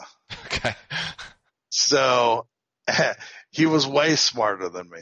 And that was something I learned early on was I knew I wasn't the smartest guy in the world. I wrote like a third grader. If you go back to the early days of Sherdog and read some of the things that were on there, if there was a website out there now and people read that, they'd be like, this is a joke. Okay, well, where are we going with this? So that this guy we became partners. Okay. We had offers later on down the road to buy the website. We had offers from all kinds of offers. Some people that just wanted the domain name. I remember some lady emailed us and she had a pet grooming service. Okay. And wanted to buy the name for $300. And at this time we'd been working on the website for like 7 years. So every once in a while we'd get an offer and we'd be like, man, that's pretty good, But this was my baby. I was like, nah, I don't want to sell. But he always used to inbred in my mind that, some of the richest people in the world, some of the, a lot of people, they build something to sell it. Yes. And I was like, well, that's not why I built Sherdog. And he's like, I understand that, but there's going to be a point in time where somebody is going to want to buy this for a significant amount of money. So you have to get ready for that day. And I was like, yeah, okay, whatever. Never really thought about it. And he was getting ready to graduate. He was already kind of falling out of love with MMA. I mean, he just didn't have time for MMA. And we got an offer and he kept bugging me about it. He wanted to sell. And what's crazy is we never had a contract. Like I never did anything official with him. Okay, you're my partner and you own 50% of the website or anything like that. Nothing like that was ever talked about or anything. I'm a very loyal person. He was loyal to me. He helped the website significantly. He's the one that built the store. He's the one that decided to get a programmer to make the Fight Finder. That is amazing, by the way. I'm still on there every other day going through, forgetting the history of all these forgotten shows like we've been talking about, Rumble on the Rock and Cage Warriors and King of the Cage and where all these guys have come from. It's amazing. You get lost in there. You do.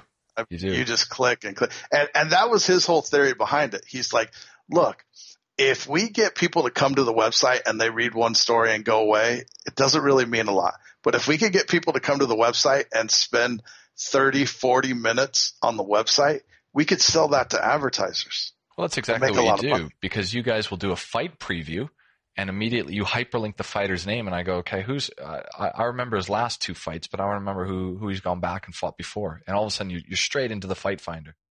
Right. And that was all him. And so he's like, hey, some company wants to buy us. And this wasn't the first time I heard it. And I was just like, yeah, okay, whatever. And just kind of brush it off. And then a couple weeks later, he's like, hey, we should really talk about this. Like, it's a significant offer. And I still didn't want to sell. But during this time, like, things were changing. We talked about starting off with VHSs, DVDs, and all that. Well, DVDs were starting to die. Pretty soon, Walmart was selling a UFC DVD cheaper than my cost. So we knew that something was going to have to change. And the problem with MMA, there wasn't a ton of customers that wanted to advertise. And most of the people in MMA were my friends. And they'd be like, hey, bro, how about putting up a banner for me? I'd be like, yeah, sure. No problem. I used to run tap out banners all the time for Charles because we were buddies. And so to start going to those people and be like, hey, I need to start charging you for these banners, things like that. And it just wasn't, we weren't in the business of, we weren't very good sales people. So I looked at the offer and I was like, yeah, I don't want to sell. So he went back to the company and he's like, yeah, he doesn't want to sell, blah, blah, blah. So they came back with another offer. And this went back and forth like 3 or 4 times. And this is in the process of like a year. And I had no intention of selling. I didn't want to sell. He did. He was ready to get on with his life, get married, and go to work for NASA. And then finally they made a pretty decent offer, and he comes and he's like, dude, you got to seriously consider this offer. And I said, I'll tell you what. And I thought this was my way out. I said, you tell them to double the offer and meet my demands, and we'll talk. My demands. Okay, yeah. All right. And he came back a couple days later and said they want to talk. So I went to their offices in LA and I talked, and basically my only demands were I had a core group of employees that had been with me and been loyal to me for years.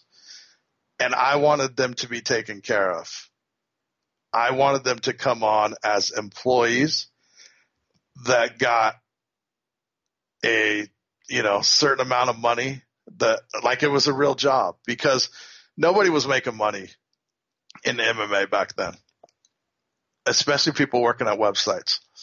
So I wanted to take care of my guys as much as I could.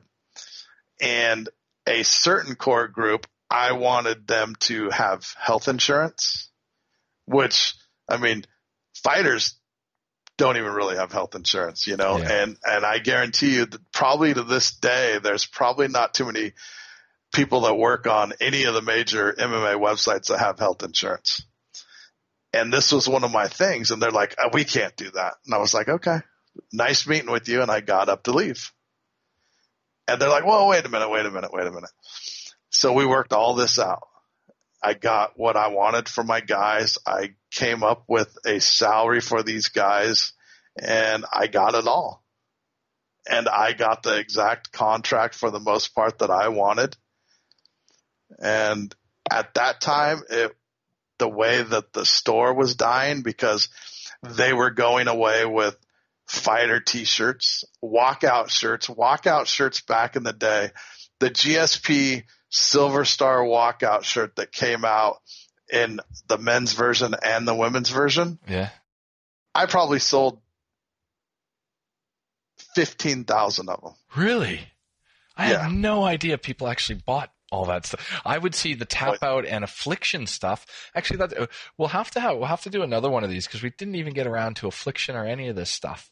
Right. Yeah. There's so much. I mean, or so what much was that? What was that Nazi brand that came out for a while? Holger something, that was creating a whole bunch of news there for a while.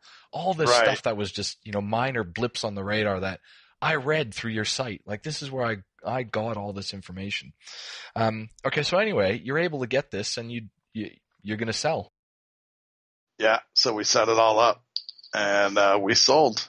And basically, their only concern was that I wouldn't take the money and walk. They wanted me to sell and still be there, and which I had no problems with. I mean, but you said this created some other problems.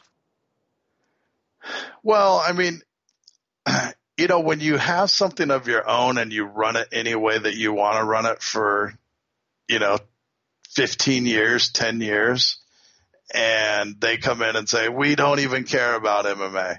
They were an advertising company. Yeah. They knew what demographics we fall in, and they knew our traffic, and they wanted to put ads on the website. That's all they cared about at first. And I was fine with that. So it was business as usual for a while. And then all of a sudden things changed a little bit. Hey, it'd be really good. We got this guy over here that owns this company, and he does jujitsu at night at this gym, and they have this kid that fights there. It'd be really great if you did an interview with him. Well, I'm not interested in that. I'm not interested to go interview a kid that fights on a regional show that probably isn't even very good, but nobody is going to care. If I put an interview of this kid on the front of Sherdog, no one's going to read it, because nobody knows him. But they seem to understand that they're after advertising, so why are they trying to pump stories that has no reader interest? So that advertiser throws money down. Right, okay. You scratch my back, I'll scratch yours. Okay. And I wasn't into that. So, and we just little things like that. Little things. I was never one of the guys with them. After a while, they really thought MMA was cool. Like, I would get phone calls from my bosses, and they'd be like, hey, UFC's coming to the Forum. You think you could get us tickets and like backstage passes for like $5? Because I want to take some of my buddies and show them how cool this is. And I'd be like, no, but you could buy tickets. And, so I wasn't really into their scene. I wasn't like them. So we never really fit together. I never, I was never one of the guys. So it just, just things went from there, and it just crashed at the end. But you made you were able to get enough out of it, what you wanted of it, that made it worth the years that you put into it, and at least give you some time off to think about what you wanted to do next? Of course. Because one of the things that I told them up front was, listen, if I sell, I want to be able to be around my kids, because you have to realize when my kids were young, I missed almost everything. I was on the road 3 weekends out of the month. So like I missed a lot of my kids growing up. When I had my middle daughter, the next day I left to go to Pride. So my mom had to pick them up from the hospital and take them home because I was in Japan. Baseball games, softball games, soccer games. I missed all that for years because I worked 24/7 on Sherdog. So I was up front with them and said, if I sell, I'm going to spend times with my kids and not travel all the time. And they were fine with that at the beginning. But then all of a sudden it was like, well, we're paying you all this money and you're not traveling to these shows and you're not doing this. And I was like, well, we agreed on this. So it was just things like that. And Jeff, as I said to you before we turn on the record, I wanted to ask you about this because we speak with company CEOs as well. And as you'd be well aware, there's a very big trend around entrepreneurialism about starting your own business and being your own boss. Now that you've gone through this process and sold off your own company, what are some of the lessons that you've had to learn for yourself of how you sell a company and how you protect yourself and how you define value within your own company? That's a tough one because I think that would be different for everyone. But you had mentioned that there were some issues that perhaps you might have been a bit more savvy on when going through sale or the second time around. Well, I mean, I would try and lay it out a little bit more rather than just kind of a bro agreement. I mean, don't get me wrong. I had a contract, and basically the contract said that for 7 years, no matter what, that I would work there. I couldn't quit, and they couldn't fire me unless I basically was put in prison for a long period of time. It's important to set goals. Right. So, I think it was a good experience. I mean, it was definitely something that had to be done at the time because I think the way that the mixed martial arts world was trending and the way that we made money wasn't going to be there too much longer. Mm. What do you think is going to happen with the sport now? Just to wrap up, I mean, we've now gone through the biggest pay-per-view, but even with sports like boxing, who you said you're a fan of and I watch as well, these astoundingly large fights take, it's once every 3 to 5 years that you come across. And with boxing in particular, the sport sort of just trickles along until we get these super fights. At least in the UFC, because it's all consolidated under one rooftop, we don't have to wait that long to see that.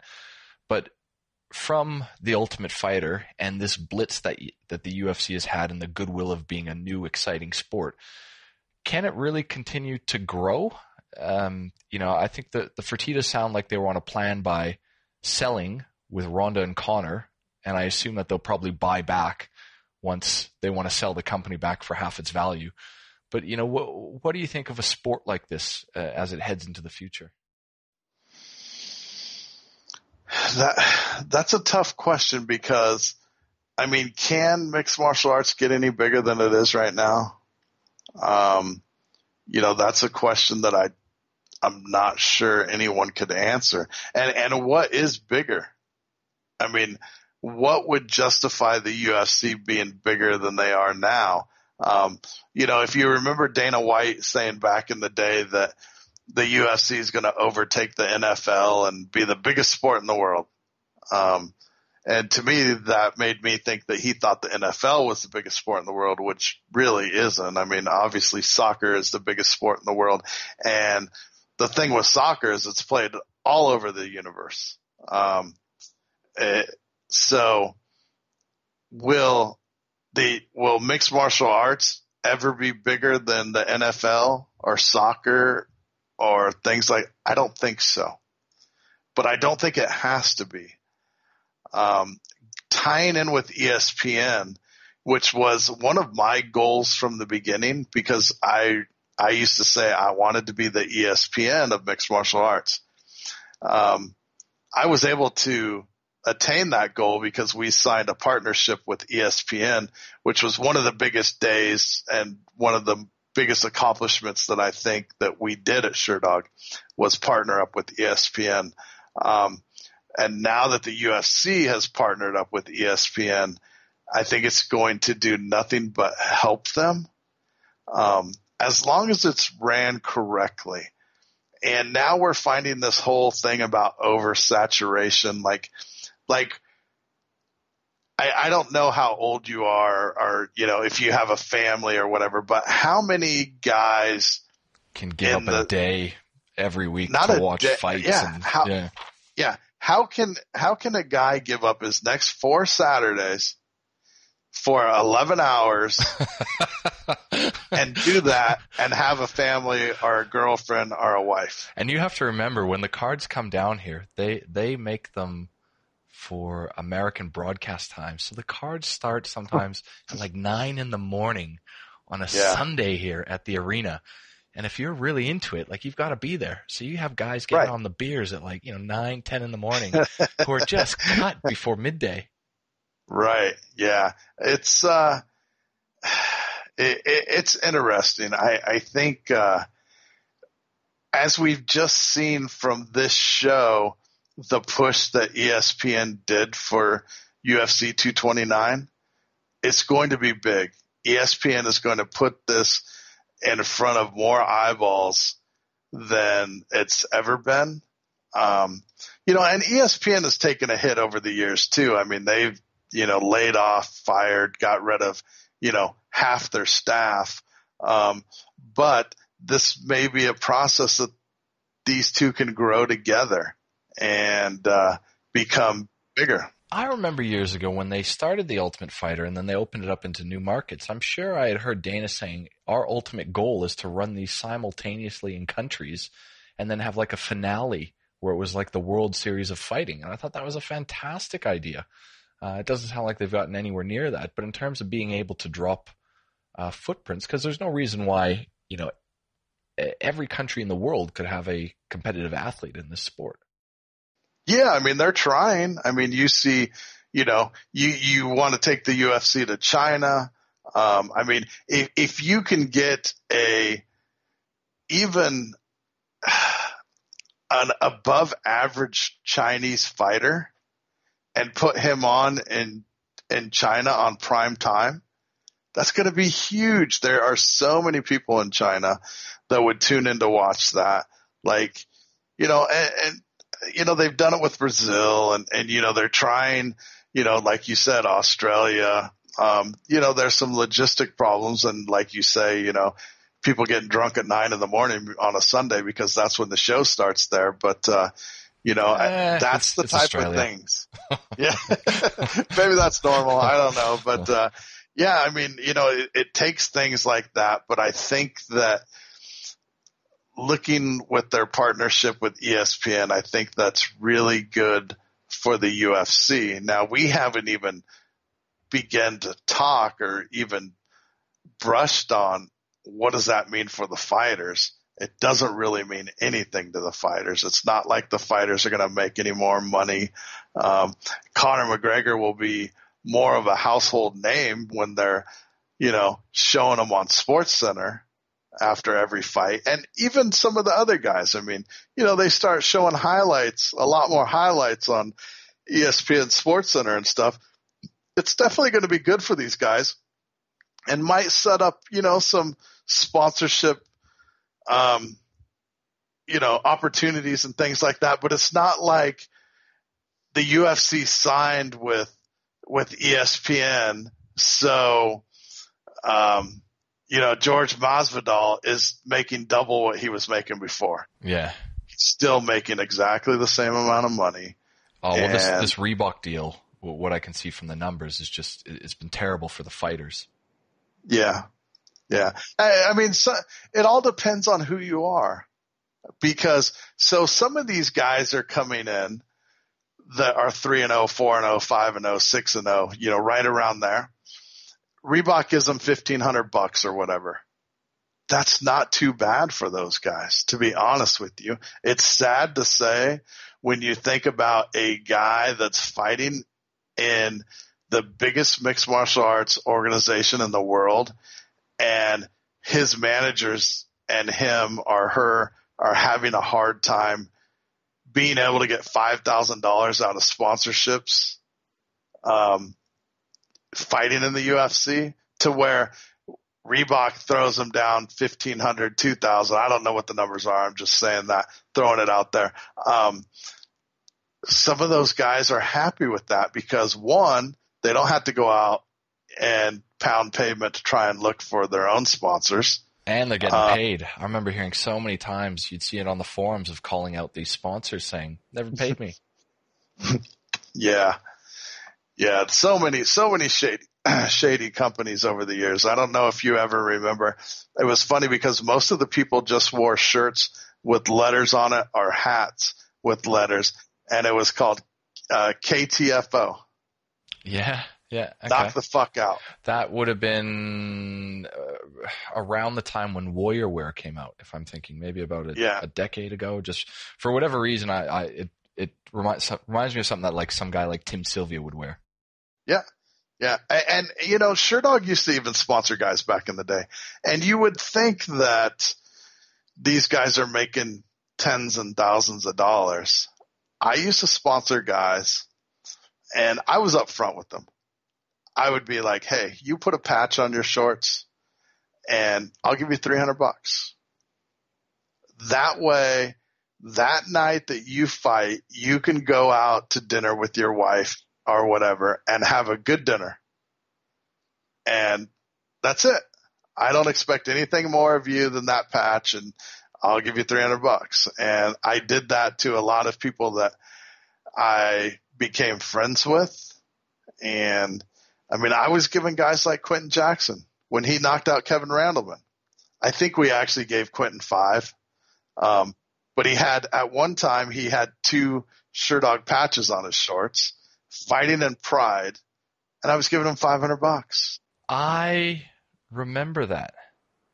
Yeah, because I think this is the time he would have been wearing camo shorts and that sort of stuff. So this is just after his Sakuraba fights where he built a name for himself, but I don't think was yet fighting the shoot-a-box guys, somewhere in between that sort of period. Randleman is the guy that I miss the most. Randleman was always the guy that I wish he bothered to learn more. Just not learn. I was so taken aback by him. But the only brand that you mentioned that I actually miss that seemed to have fell off the radar was Sprawl. Sprawl, I remember having really good grappling pants. And they just, I don't know why, but I've still got a pair, and the elastic still works in it. They must be, over a decade old. They're a fantastic They're still around, brand. Aren't they? They're still around, aren't they? There's no Sprawl website or anything that I can find. They were sold off or went into administration. Because I remember it used to be Sprawl.tv, if I'm not mistaken. Right. And I remember Frank Mir wearing them all the time, and I can't find Sprawl shorts to save my life anymore. We did a lot of business with Sprawl back in the day. When we were banned from the UFC, we still went and did our job where we would still go, and we had a good enough relationship with the fighters that we would basically call them or text them and be like, hey, do you want to do an interview? We'll meet you down in the hotel lobby in 10 minutes. And they would all say, of course. So what we would do, and this was about the only good advertising we did, we had a deal with Sprawl TV, and we would say, look, you pay for our flights and hotel rooms in Vegas this weekend, and every video interview that we get of a fighter, we will run your commercial before the interview. Yeah, so I found their Facebook, and the last update that they have is from 2013, and then the one before that, they've got a picture of Jeff Monson hanging out in Russia in the snow in thongs. Oh, well. Yeah, I remember fighters and people that trained talking about those shorts and how they loved those shorts and how durable they were. And they really enjoyed them. There was Those shorts, people loved warrior wear shorts too. You brought up warrior wear. But those came afterwards. Those came afterwards. I sold everything warrior wear came out with and sold it well. Especially the shorts.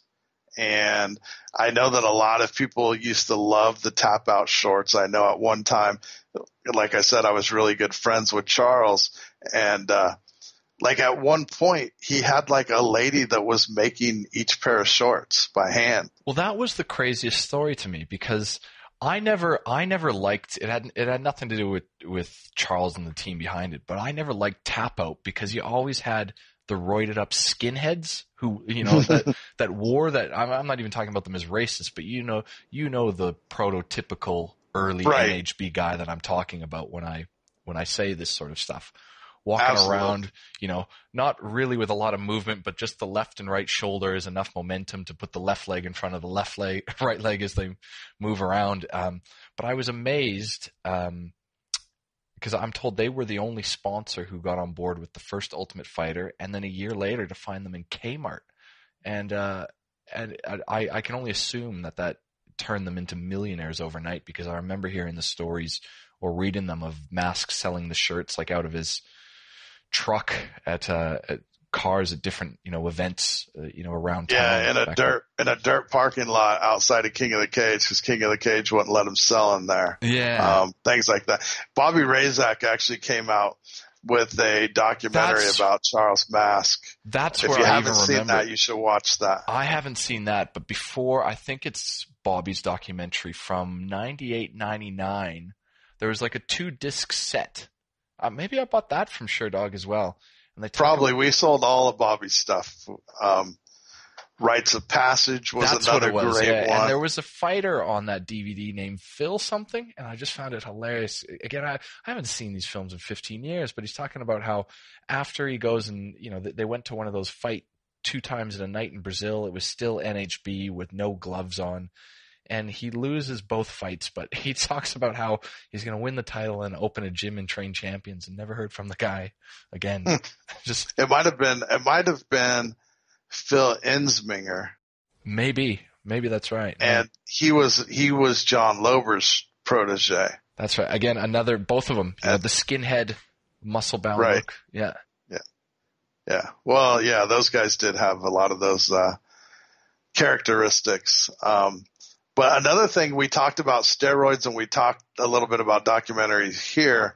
And I know that we sold crap loads of it at Sherdog, was the Smashing Machine. And anybody that's listening to this, I've got that you too. have not seen the Smashing Machine, that is a must see. I lived through that. I lived through Mark Kerr's wife running up and down the halls.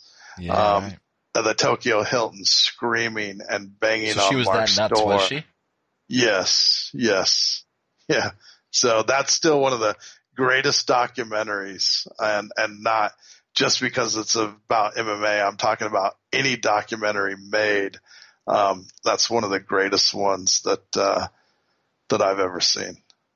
And the new Mask one is really, really good. But I have, I'm vested in that a little bit, because me and Charles were such close friends.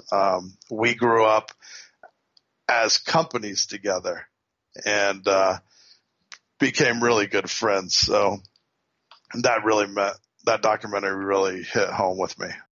Awesome. Look, I think we've been going for already over 2 hours, and I think outside of you and I enjoying this conversation, I'm not sure if anyone else will. But yeah, I told you, once I start talking about this stuff, I'll just keep going. No, that's all right. This is the stuff that I remember. Look, we'll have to get you on again. We'll have to come at a particular angle and address it from a particular topic. But this has been a great chat. I hope I haven't kept you up too late. It's got to be about 8:30, 9:30 at night there? 9:20, not too bad. All right, excellent. Well, I'm still expected to go back and do some of the things that pay the bills around this end. So I should probably get back to it. But Jeff, great to speak with you. Appreciate your time. And yeah, let's see what we can do and maybe do something like this again. Yeah, definitely. Just let me know. And we could even, like you said, we could break down a topic. You could give me, some, 1 or 2 things that you want to focus in on, and we could make it a little shorter and kind of just focus on that subject and go from there, I'd love to. Tail of the tape. There you go. All right, there excellent. You well, look, we'll hang up, and I'll stay in touch with you on Facebook, and we'll take it from there. All right, I appreciate it. No worries. Take care. Thank you. Have a good day. Night. You too. Cheers.